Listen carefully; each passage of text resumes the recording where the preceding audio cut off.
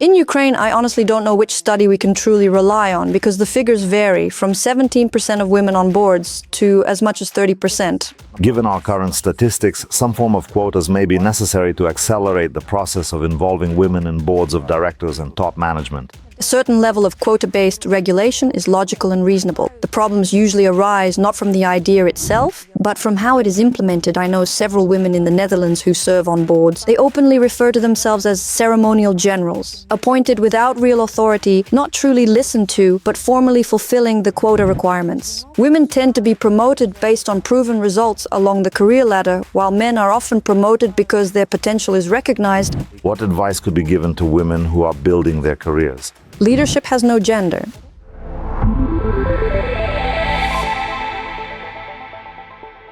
Ladies and gentlemen, welcome to the Boards of Directors with Sergiy Bulavin channel. Today our guest is Iryna Papusha.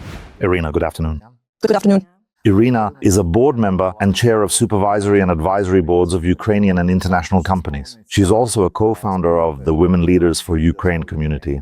Sergey, thank you for inviting me once again. I would also like to thank you separately for the mission you are carrying forward, the promotion of corporate governance experience from both genders, if I may put it that way. You invite many women to your platform, clearly, but also many men. And I am genuinely happy to see how many members of our community also appear as your guests, sharing their experience and voicing their perspectives. You are making a significant contribution to advancing board diversity and helping Ukraine align with international standards. Thank you very much, Iryna. This truly motivates me to continue doing what I do. Thank you. Recently, we had a discussion with other board members where we were specifically addressing the issue of gender balance. Each of us was relying on different statistical sources, and the numbers varied quite significantly. Naturally, it is rather difficult to calculate this accurately, given that some boards are not very visible, particularly supervisory boards, some of which may not be publicly disclosed. Still, the question remains, which statistics can be considered correct?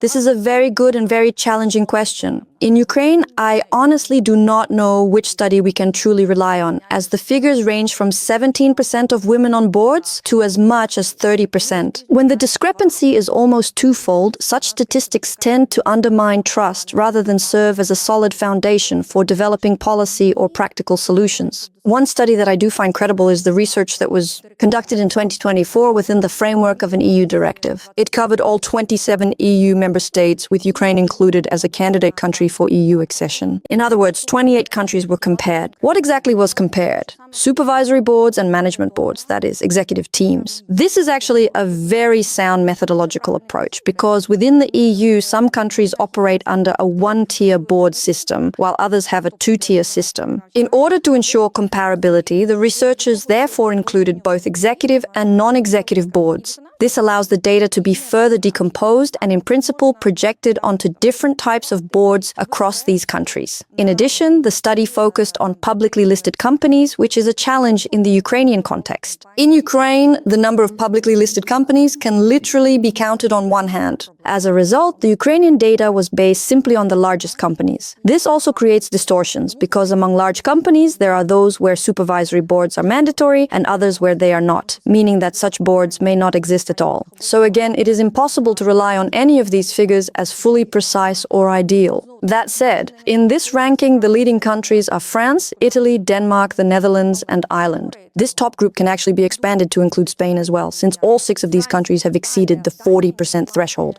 Unfortunately, Ukraine's figures are quite disappointing. Ukraine ranks near the bottom, taking what could be called an honorable 6th place from the end with a result of 21%. However, this is not entirely negative, as there are still several countries behind us. Moving further down the list are Bulgaria, Malta, Estonia, Hungary, and Cyprus. And in Cyprus, the situation is particularly poor. Women represent only about 6 or 7%. So compared to those countries that rank below us, Ukraine is not doing too badly, relatively speaking. But still, I would also add 2 countries that are not EU members. These are the United Kingdom and Norway, both of which show very strong results. In the same study, they are mentioned with figures in the range of 44–47%. Last year, during a meeting at the UK Parliament with representatives of the House of Lords, they were in fact very proud of this and stated that they had already surpassed the 50% threshold. So yes, there are still discrepancies in the data, but they are not nearly as dramatic. This immediately raises the question, how did these countries achieve such results? Interestingly, in about half of these leading countries, there is an active quota system in place, while in the other half, there is none. Yet the performance indicators remain consistently high. Within the EU, France is the clear leader.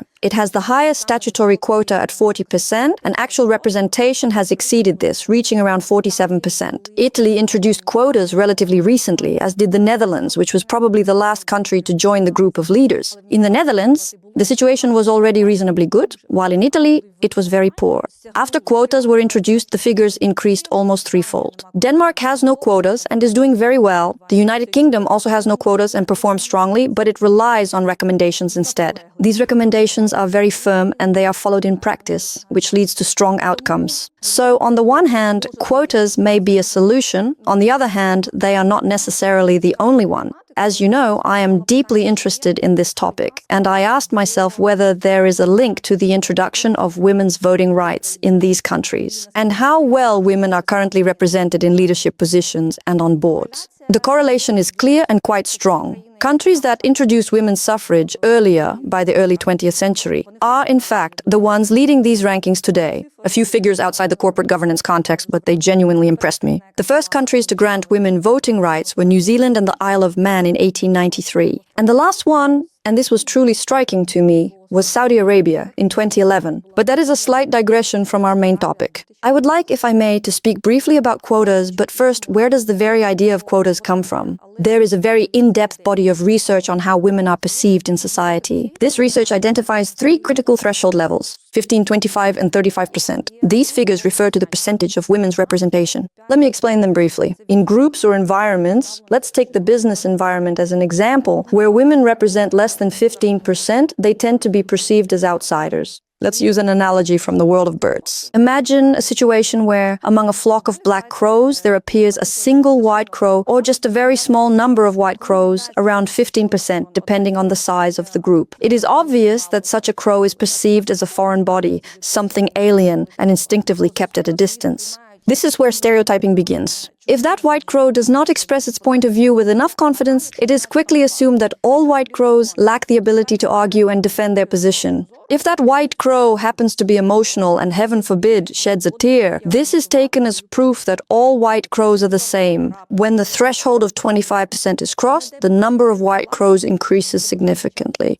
They may no longer be purely white, they might be light gray, but they are still perceived as different and very much so. The majority still resists assimilating with them and prefers to keep its distance. At this point, they can no longer be ignored because their numbers are already substantial. Yet they are still treated with caution as something unfamiliar and other. They begin to articulate specific needs and demands. They become a visible minority group. A group that is noticeable, that must be taken into account, that requires policies to be developed, although frankly, many would still prefer it not to exist. However, once the level of 35% and above is reached, the flock's mindset begins to change. At that point, crows can be white, gray, and in fact, almost multicolored. And they are all the same crows. We are crows, we are different, but we are still crows. And we can live together, we can work together. Those white, gray, and light-colored crows are great. And they too are different. Even among the light-colored crows, there is diversity. Some are outspoken and actively defend their point of view. Others may be more fragile, but highly collaborative and supportive. There are many other types as well. They can be strong or weak, effective or ineffective. In other words, they are just like us. This research was conducted on people, not on birds, and it is precisely this research that informed the rationale behind quota figures. That is why in different countries today, we see quotas set at 30% or 40%, because this is where the logic originates. The idea is that representation must move beyond a marginal minority and reach at least 35% or more. Given our current statistics and the biases that still exist in society, there probably needs to be some form of trigger, quotas, or another mechanism to accelerate the process of bringing women into boards and top management.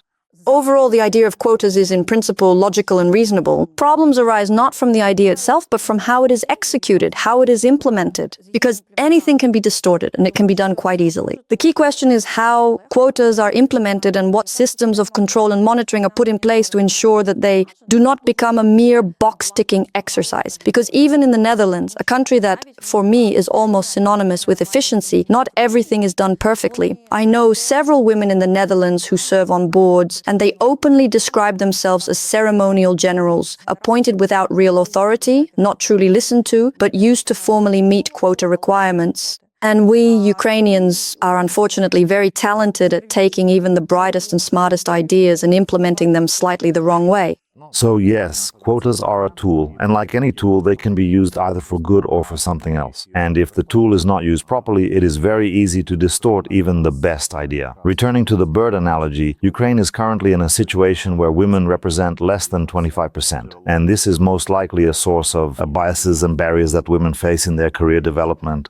Exactly. Because we are still perceived as other, we have not yet been assimilated, we are not fully understood, and we are not fully seen. On the other hand, as a chair of boards, you have probably developed certain approaches or qualities that allowed you to overcome these challenges. If we talk about barriers and obstacles on women's career paths, I would say that women simply have to work much harder. There is a saying, I heard it in Switzerland at the IMD Business School, that women are promoted based on their proven results, while men are promoted based on perceived potential. In other words, a woman must first prove herself, and only then might she reach certain positions. Here, we are specifically talking about board roles. Her track record has to be significantly stronger than that of a man in order to compete for the same position. This is one of the major barriers, and it does exist. I would not say that I personally faced overt discrimination, but I do know that I always worked much harder. And when you add the responsibilities of family and children, the burden becomes even heavier. Another major issue that women face in the course of their career progression, it is confidence, the imposter syndrome. However, research shows that on average, women tend to be less confident up until around the age of 40, while after 40, they become significantly more confident and begin to consider a wider range of roles and opportunities. In contrast, among men, the trend is almost the opposite. They tend to be more confident before 40, and only later in life begin to question themselves. This is why I believe that imposter syndrome is particularly common for women at the transition from middle management to C-level positions. Once a woman has reached a CEO role or is part of the senior executive cohort, this issue rarely persists. At that stage, it is less about self-doubt. That is why I do not see this primarily as a problem of internalized bias or self-perception. Another important barrier, however, is women supporting other women. It is essential that women actively invite and recommend other women to boards, that they create, so to speak, informal pipelines or trusted networks of candidates who can be put forward when opportunities arise. You may remember, by the way, one of the boards where you and I worked together at a certain point, we had a significant gender imbalance in favor of women. I was chair at the time, 2 out of 3 owners were women, and several board members were women as well. I think I did this even unconsciously. I was not counting men versus women, but at some point we started joking that women were winning in terms of board composition. My point, however, is that we must be very careful to avoid the so-called queen bee syndrome. You know it, the queen who, once she has reached the top, does not allow other bees, other women to come close. Because she believes that if she managed to get there, everyone else should struggle just as hard. This syndrome is rarely observed among men. It may exist in some form, but statistically it does not manifest itself to the same extent. This kind of internal competition among women, which is often discussed, is counterproductive and must be dismantled. I believe that we, as Ukrainians, need to consciously cultivate a different culture overall. A culture in which women support other women and intentionally build circles of support around themselves. I often quote Madeleine Albright. I truly love this quote and repeat it regularly, that there is a special place in hell for women who do not support other women. When it comes to board members, there are so few of us that we could all fit on a single list. This makes mutual support absolutely critical. If we take the women leaders for Ukraine community as an example, although we are not a corporate governance community per se, we bring together women not only from business. Our members also come from government, public administration, politics, culture, and education. In other words, across all sectors of the economy. At the same time, we do have women who work in corporate governance. Some of them already have board experience, others are only planning to start. We stay closely connected, and we actively recommend one another for board roles or involve each other in mentoring and consulting projects. I personally maintain a constant radar of women who either already work on boards or aspire to do so. And the very first thing I believe I must do is support these women. Since I am very often approached with requests to help form boards, it is natural that I always look for ways to include and support women candidates. Thinking back to the board where you and I worked together, where you were the chair, there was, frankly, no discussion at all about gender balance because everything functioned harmoniously and the issue simply never arose.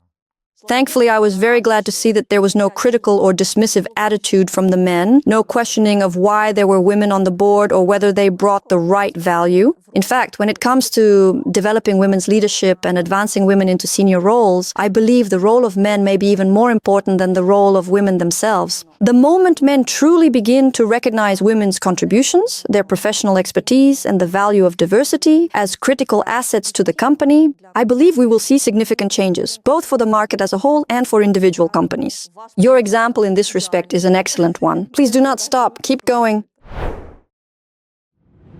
Iryna, you mentioned your organization, Women Leaders for Ukraine. Could you please tell us why it was created and what objectives it pursues? Oh, thank you for that question. It is very close to my heart. In general, today's topic reflects both parts of my life. Professionally, my core field is corporate governance, and in terms of public engagement, it is women's leadership. And today we are talking about both, so your interest in this topic genuinely lifts my spirits. The idea for the community emerged in 2022 during the full-scale invasion when I saw the sheer, overwhelming number of women who found themselves abroad. As someone who has lived between two countries for 7 years due to an international family, I understood very well what it means to suddenly find yourself in another country. To start from scratch, building a place for yourself, creating social connections, and finding ways to remain professionally relevant and in demand. In 2022, I felt very strongly that I had a responsibility to support these women. Most importantly, this represented an enormous amount of human capital that Ukraine simply could not afford to lose. It was crucial to keep these women's focus connected to Ukraine and to ask them to help to become active agents for Ukraine, active carriers of the Ukrainian narrative. That was the core idea. Even the name of the community was initially created without any explicit reference to gender equality. The logic was simple. Women were abroad, women came together, and we united the most influential women, those capable of mobilizing thousands of others. We began organizing various events to draw attention to Ukraine, to the Ukrainian narrative, and to the Ukrainian agenda.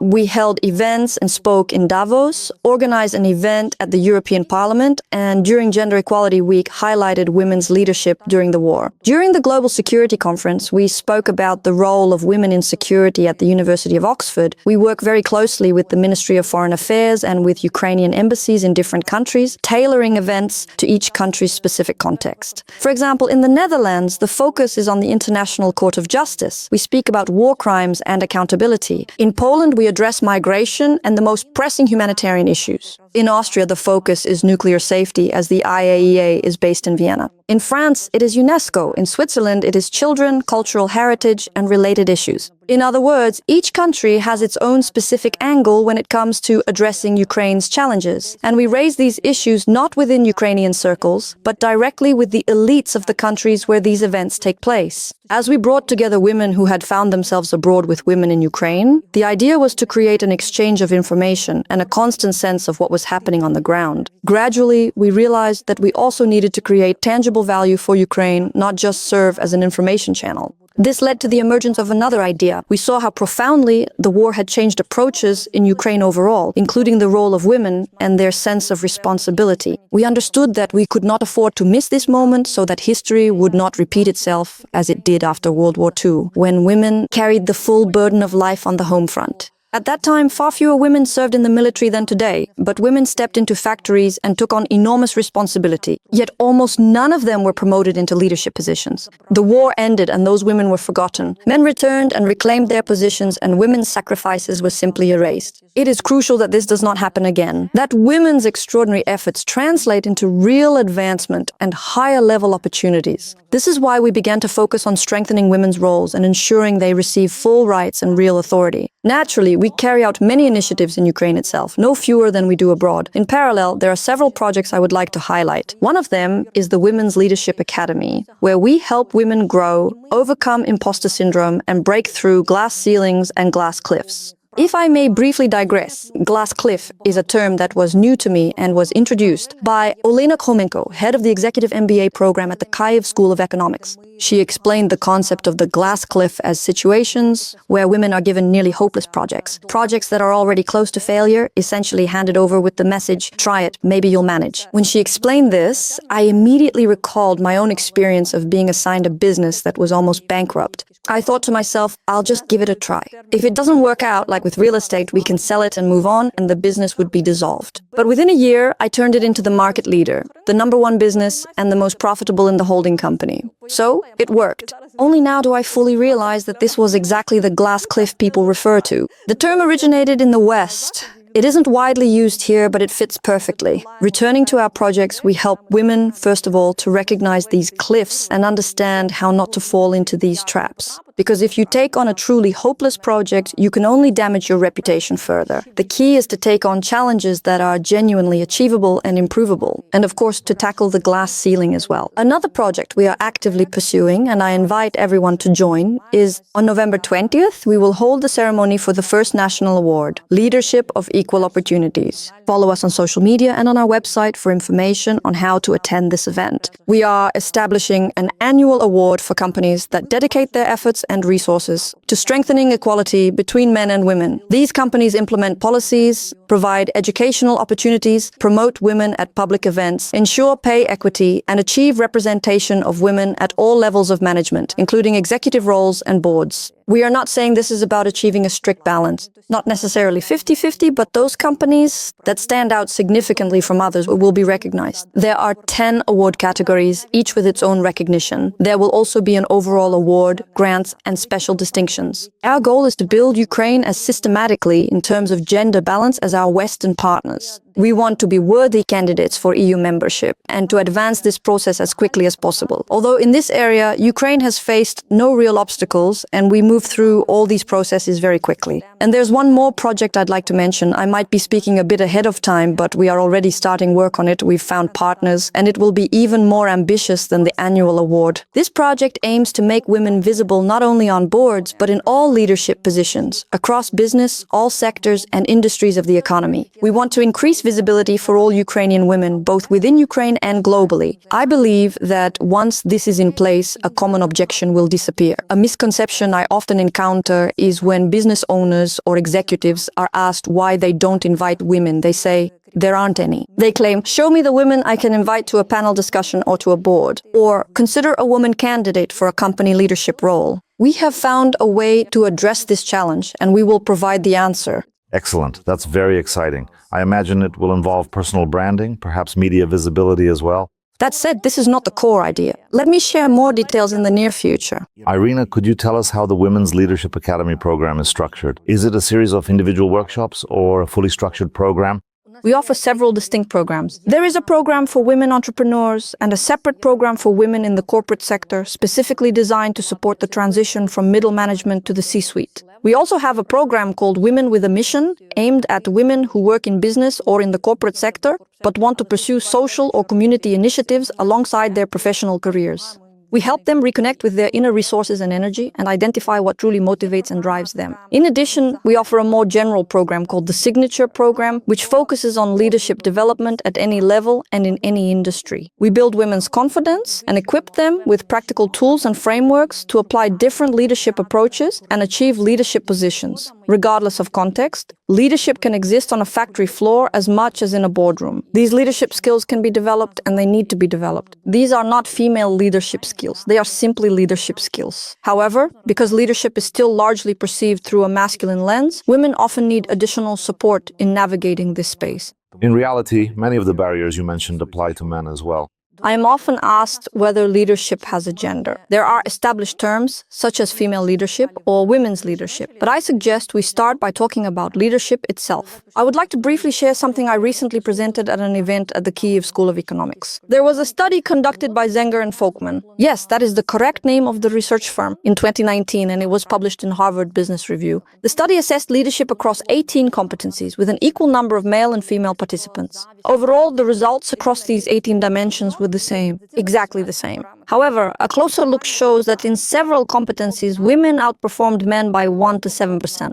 And there were two areas where women scored 1% lower: technical expertise and strategic perspective. However, women lead by as much as 7% in initiative, as well as in results orientation, where the performance gap is significantly reduced. They also score higher in team motivation and the ability to lead and inspire others. Self-development is another area, with a 5% gap in favor of women. In other words, women invest significantly more in strengthening and developing themselves than men do. Overall, this gap is quite telling. When looking at the percentages in detail, women outperformed men across 9 competencies. And in 7 competencies, the results were evenly split. Only in 2 areas did women lag behind, and only by a marginal percentage. Therefore, stating that women are either better or worse leaders is a rather unproductive discussion. This inevitably brings us to the conclusion that leadership has no gender, and perhaps it is more accurate to speak not of female leadership, but of the leadership of women, just as we speak of the leadership of men. It is simply leadership expressed by a different gender. The phrase female leadership, however, can be semantically ambiguous. It can be used as a synonym for leadership itself, or in some contexts almost as its opposite. This is because certain assumptions are often embedded in the concept of female leadership.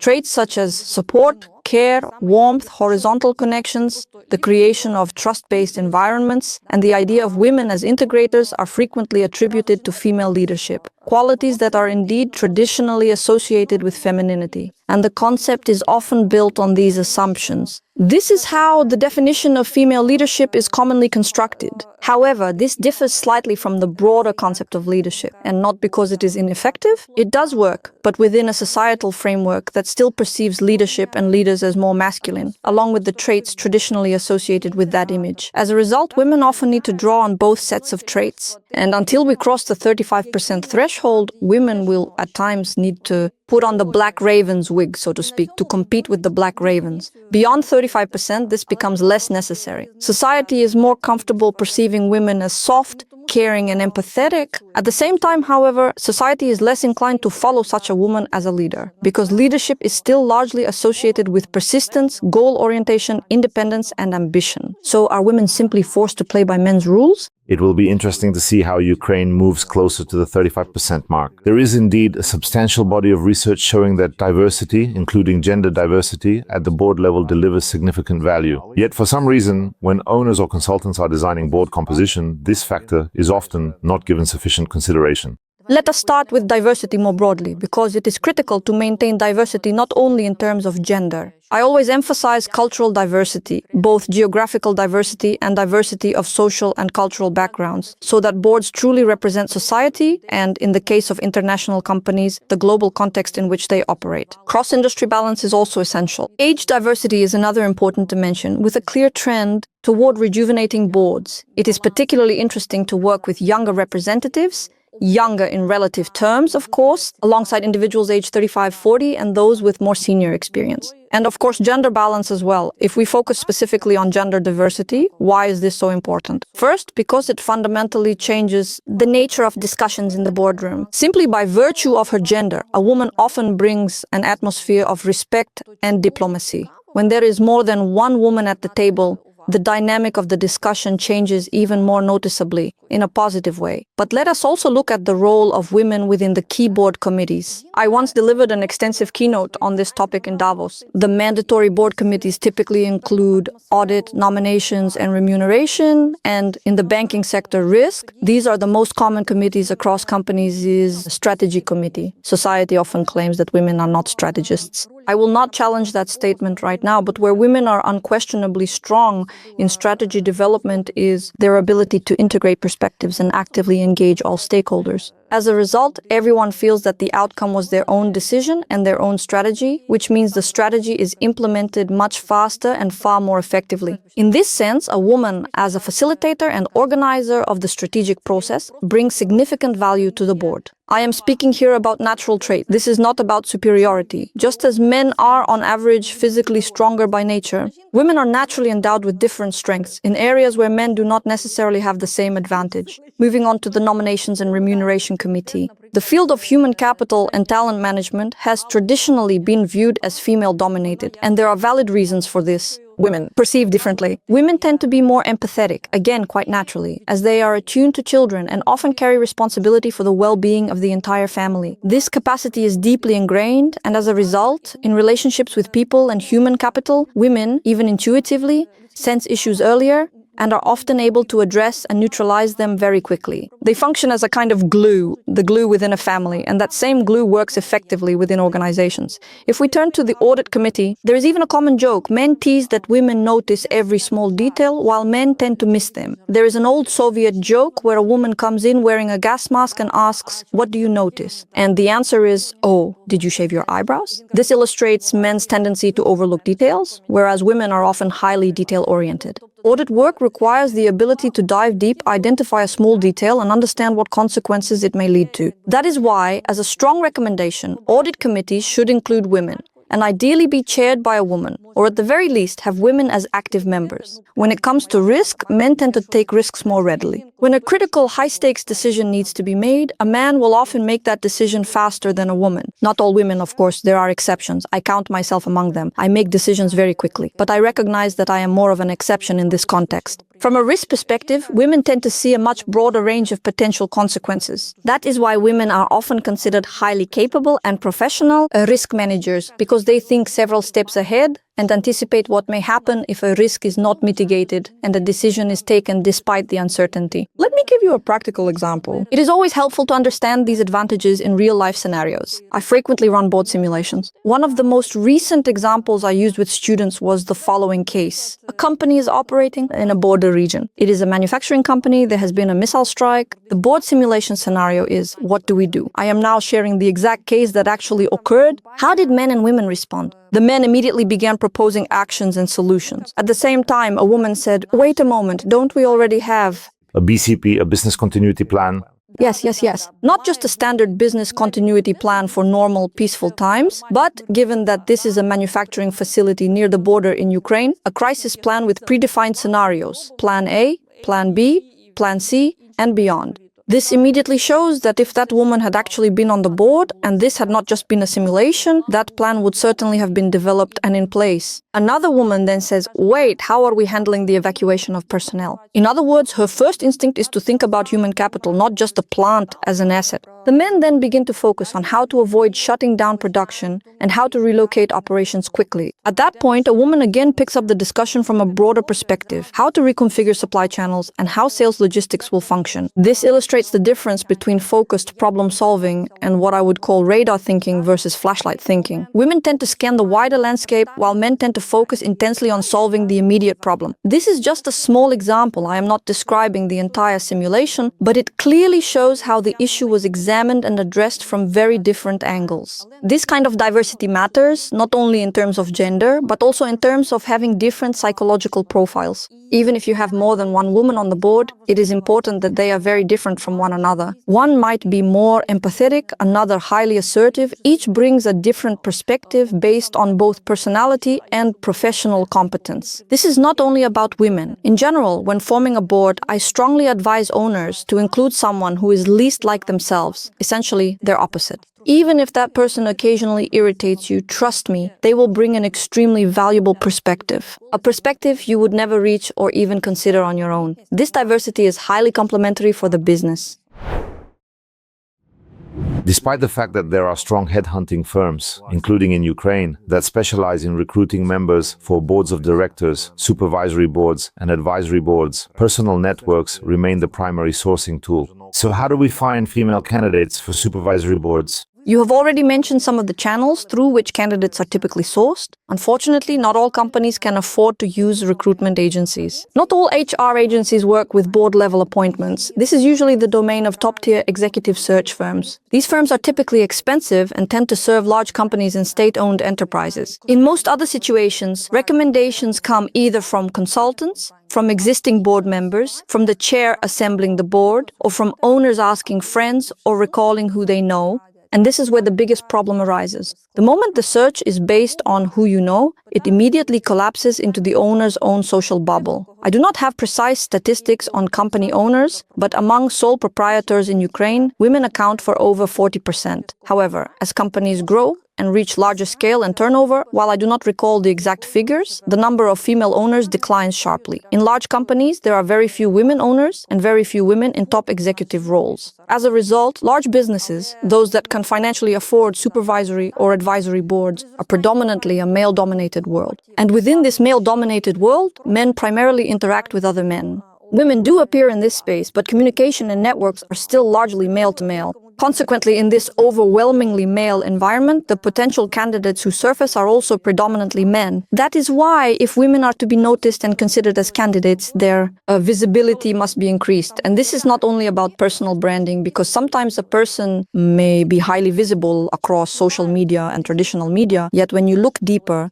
their actual experience is quite limited. These are exceptions, of course. In most cases, such individuals are professionals, but due diligence is still essential. For women in particular, it is crucial to build and access the right circles, spaces where they can be recommended. Networking is always valuable. However, it is a resource-intensive effort, especially now during the war, when time is extremely compressed and workloads are overwhelming. It is simply impossible to be present everywhere all the time. Therefore, focus is essential. Understanding which bubbles matter most. Women need to be present in communities and clubs where recommendations actually happen, where they can clearly state their interest in board positions and explicitly ask for support. It is important to be in environments that go beyond experience sharing or knowledge exchange, places where visibility leads to real opportunities and board appointments. Not as a promotional point, but I will say that our women take great pride in the strong mutual support within our community. Support within these communities is highly developed, and we actively recommend one another. For men, it is often worth engaging with these women's networks. If they are interested in identifying female candidates and there are few women in their own circles, collaboration with such communities is essential. This requires open communication, cooperation, and the exchange of contacts and candidate recommendations. As a result, the search process is genuinely challenged by this imbalance. There are fewer women as company owners and CEOs. And a second issue is that women who do make it onto boards are usually former CEOs or C-level executives. That in itself creates another bottleneck because many women never reach those positions in the first place.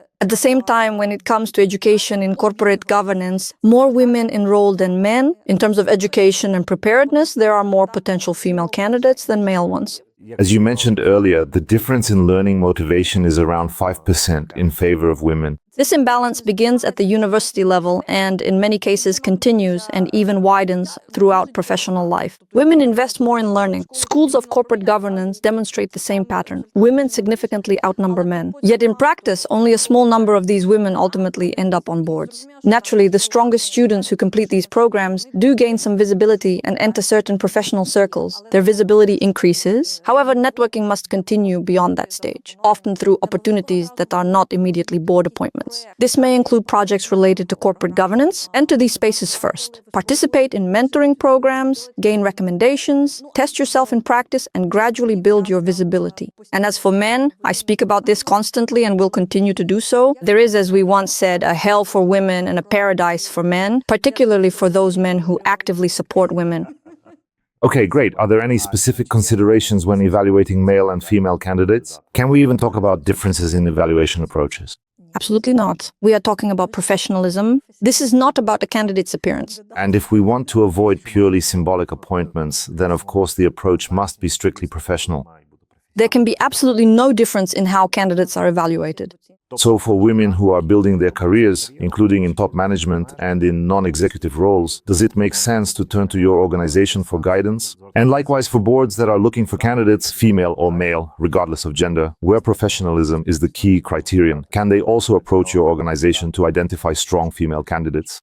I would reframe the question slightly. The mission of our organization is somewhat different, but since we already have many women serving as corporate directors, and this is my primary professional focus, we do, of course, pay close attention to this area. And because one of our core principles is mutual support, we will always be able to recommend another woman, even if she is not a member of our community. If I know that she is interested in corporate governance and has relevant experience, I will recommend her. There are even examples where we have recommended women from other professional communities in corporate governance for projects with our clients. We actively involve them, and affiliation does not matter. What matters is that we supported other women. Which community someone belongs to is a secondary issue. We will certainly help with referrals.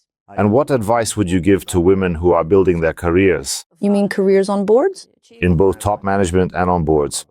These require two different approaches. Let me explain. Top management is one topic. When it comes to boards, the first step is to consciously decide whether this is truly your path. Serving on a board is not an automatic continuation of a CEO's or executive director's career. If you have reflected on yourself and your ambitions, and you have a clear plan to develop further as a non-executive director, then first, stay committed to that path, and second, actively seek advice and support from your peers, asking them to recommend you and help you secure your first appointment. And beyond that, because the nature of a corporate director's career is constant change. Staying on the same board for too long is not considered best practice, which means you are continuously in a state of evaluating and being evaluated. This is not necessarily a bad position. It keeps you alert and continuously developing because you operate in a competitive environment. If, on the other hand, we are talking about growth in executive roles, it is essential to work on overcoming imposter syndrome. Unfortunately, this is something many women experience, often linked to lower self-confidence. Confidence can be strengthened through examples and role models.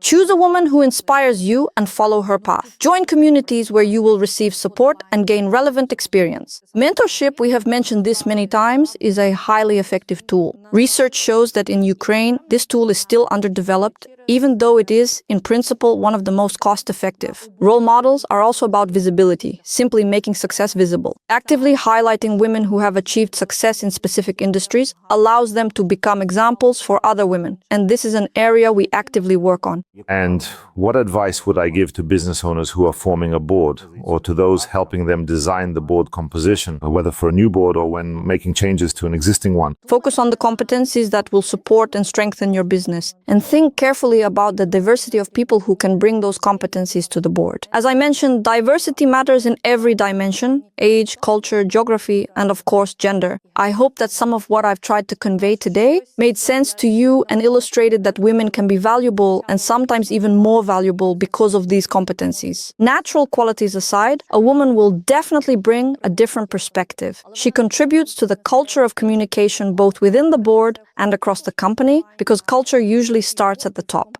The overall atmosphere of your workplace will be more positive and enjoyable thanks to the natural ability of women to foster connection and collaboration in their circles. And professionally, you can truly benefit. Women often bring an even higher level of competence because we constantly work on improving ourselves, partly driven by the self-doubt that challenges us, but ultimately benefits business owners. We work harder, develop ourselves more, and invest more in our growth. I believe the next generation will be different. I hope that for the next generation we can clear the path so that achieving equality in all areas will be easier. But for now, dear business owners, you have the opportunity to leverage this imperfection of the current situation, where women work harder, invest more, and develop themselves further. This will certainly benefit your company.